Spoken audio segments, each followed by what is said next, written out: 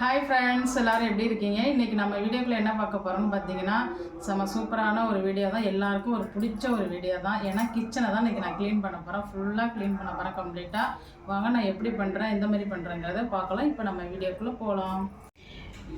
என்னோடய கிச்சனை ஓவரால் ஒரு டைம் உங்களுக்கு காமிச்சிடறேன் எப்படி இருக்குன்னு. பாருங்கள் ஃப்ரெண்ட்ஸ், இப்படி தான் போட்டு வச்சுருக்கிறேன். கொஞ்சம் நம்ம தான் புரட்டாசி வர்றதுனால நான் சுத்தம் பண்ணுறேன், அதனால தான் அப்படியே கிடக்கு.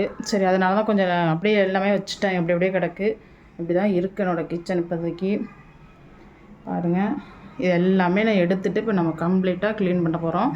வாங்க நான் எப்படி பண்ணுறேன், என்ன பண்ணுறேங்கிறத இப்போ உங்களுக்கு நான் வீடியோவில் காட்டுறேன்.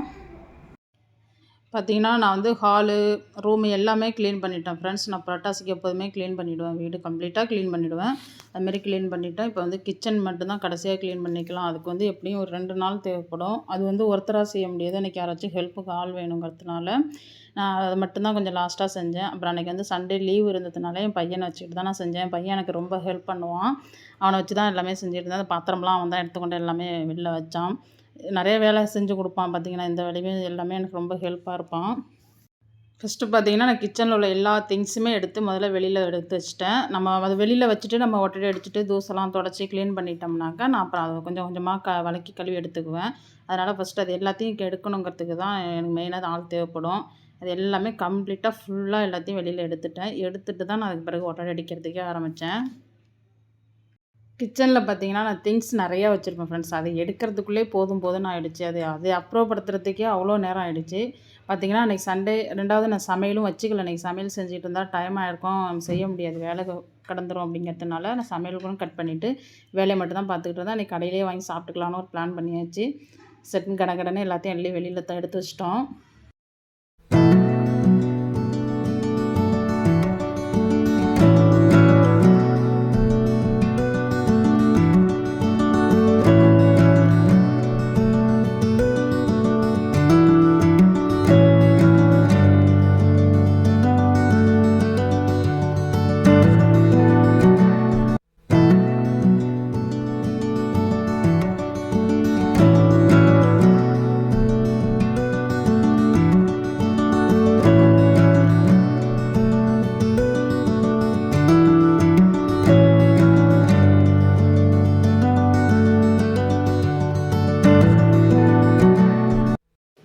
முடிஞ்ச அளவுக்கு பார்த்திங்கன்னா, நமக்கு டைம் கிடைக்கிறப்பெல்லாம் நம்ம கிச்சனாக இருந்தாலும் சரி, ஹால் எப்போதுமே எல்லாமே வந்து நம்ம கொஞ்சம் க்ளீன் பண்ணி வச்சுக்கிட்டோம்னா நமக்கு வந்து அது கொஞ்சம் ஈஸியாக இருக்கும்.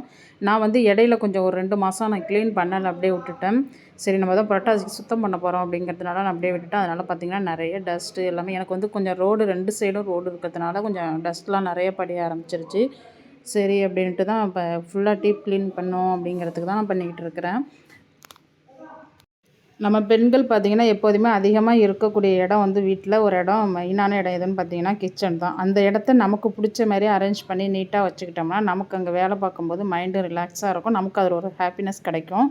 அதனால் எப்போதுமே நமக்கு பிடிச்ச மாதிரி அதை வச்சு அரேஞ்ச் பண்ணிங்க. நான் எப்போதுமே அப்படி தான் செய்வேன். எனக்கு பிடிச்ச மாதிரி தான் நான் கிச்சனை அரேஞ்ச் பண்ணுவேன். கொஞ்சம் பார்த்திங்கன்னா, ஒவ்வொரு டைம் சுத்தம் பண்ணும்போதும் நான் வந்து சேஞ்ச் பண்ணிக்குவேன்.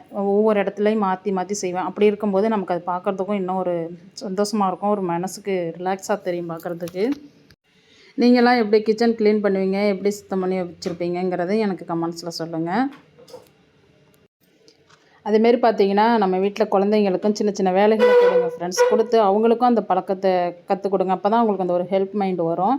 ஃப்யூச்சரில் பார்த்திங்கன்னா, அவங்களுக்கும் அது ஒரு யூஸ்ஃபுல்லாக இருக்கும். நம்ம வந்து பிள்ளைங்களுக்கு வேலை சொல்லக்கூடாது, வேலை செய்ய விடக்கூடாது அப்படிலாம் நினைக்கவே கூடாது. நம்மளால் அவங்களுக்கு என்ன சின்ன சின்ன வேலைகளை கொடுத்து பழகணும். அதுதான் நல்ல ஒரு விஷயமும் கூட.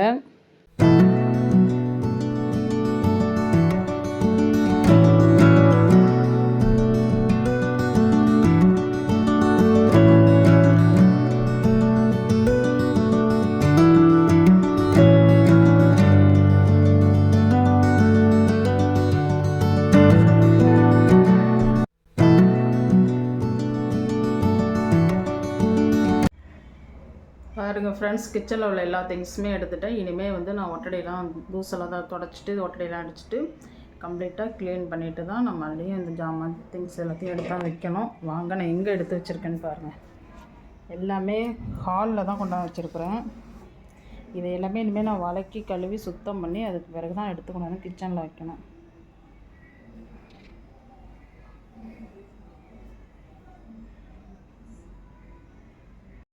அவ்வளோதான் ஃப்ரெண்ட்ஸ், கிச்சன் க்ளீனிங் வீடியோ வந்து நான் பார்ட் 2ல வீடியோ போடுறேன். அதில் போய் செக் பண்ணி பாருங்கள். இந்த வீடியோ பிடிச்சிருந்துச்சுன்னா ஒரு லைக் போடுங்க ஃப்ரெண்ட்ஸ்.